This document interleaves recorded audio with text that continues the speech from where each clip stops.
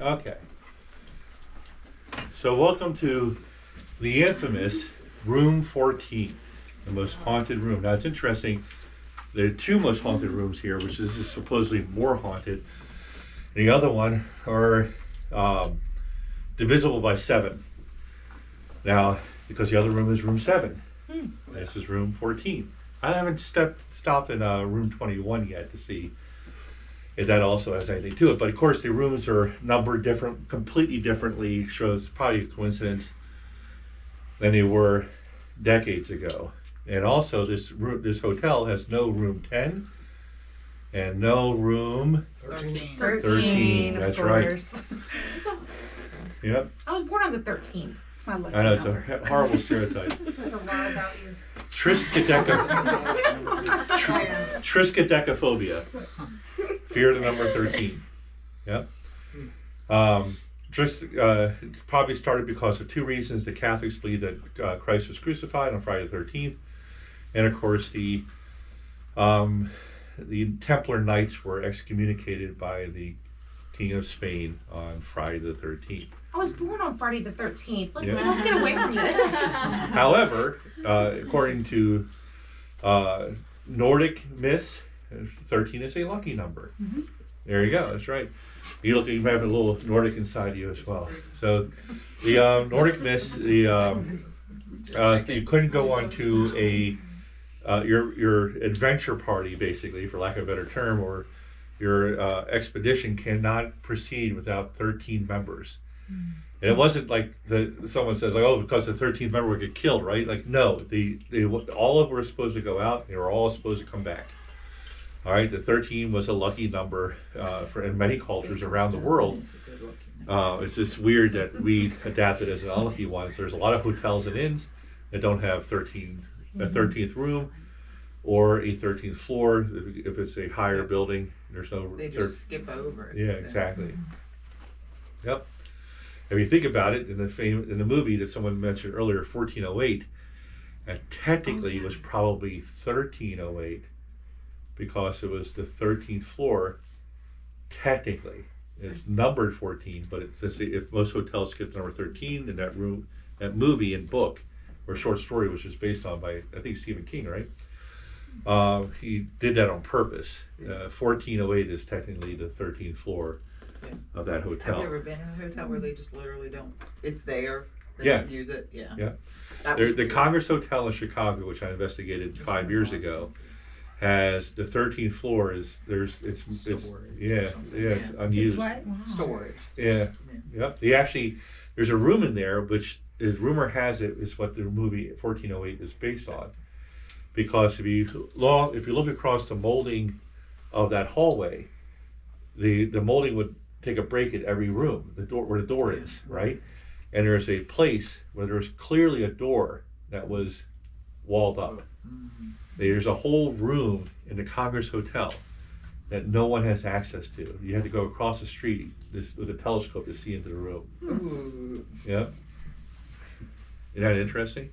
And you said you went where to see one of these rooms? Or The floors? Congress Hotel in Chicago, Illinois. Yeah. So this room 14 has a ghost of a spirit. Now she said Confederate, but I've also heard Union. So it's a Civil War spirit. You know, one is a jerk and the other one probably isn't. It's my political joke of the night. All right. So and the spirit would be seen by people driving by or walking by outside, usually staring out that window where she's standing right now. Or he is now. Yeah. Yep, staring out into the street and that sort of thing. And people reported seeing Sam, as he's been known to be called, at the foot of their bed at night. Now I've slept in here twice, and I heard at 8:30 in the morning one day a knocking at my door. All right, like that. It was not followed by footsteps. All right, the door vibrated from the knocks. It wasn't like more like that.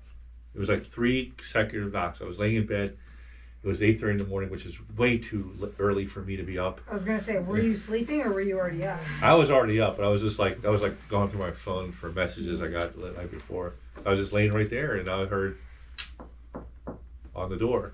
The door vibrated. I could hear it. There, got it. Following. Yeah. Let the ghost fly. Yeah. That's right. Yeah. Well, some cultures, moths are actually the spirits of the dead. So I You killed just someone's killed soul. Well, that was Yeah. paranormal. Oh, God. Yep. You wanted peace, but now you have nothingness. So.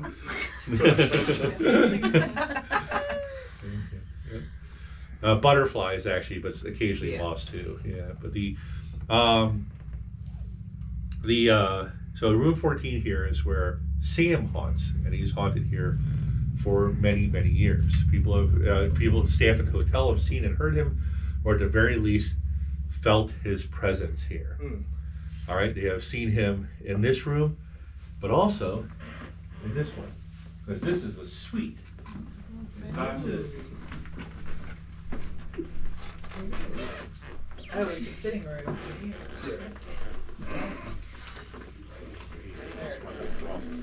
He said, "Drop."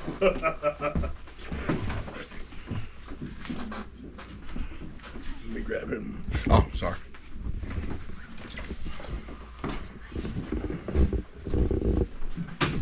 Which door did you hear a knocking? The one in, the one that one, The right? front door. Yeah, the front door. And what did you do? Huh? I said hello. Is anyone there? You didn't go to answer the door? Or No, no. Nothing? No. Oh, okay. So if you ever get to, Travis was off today, but if you're going to be Travis's chef, he'll tell you that I am extremely difficult to scare.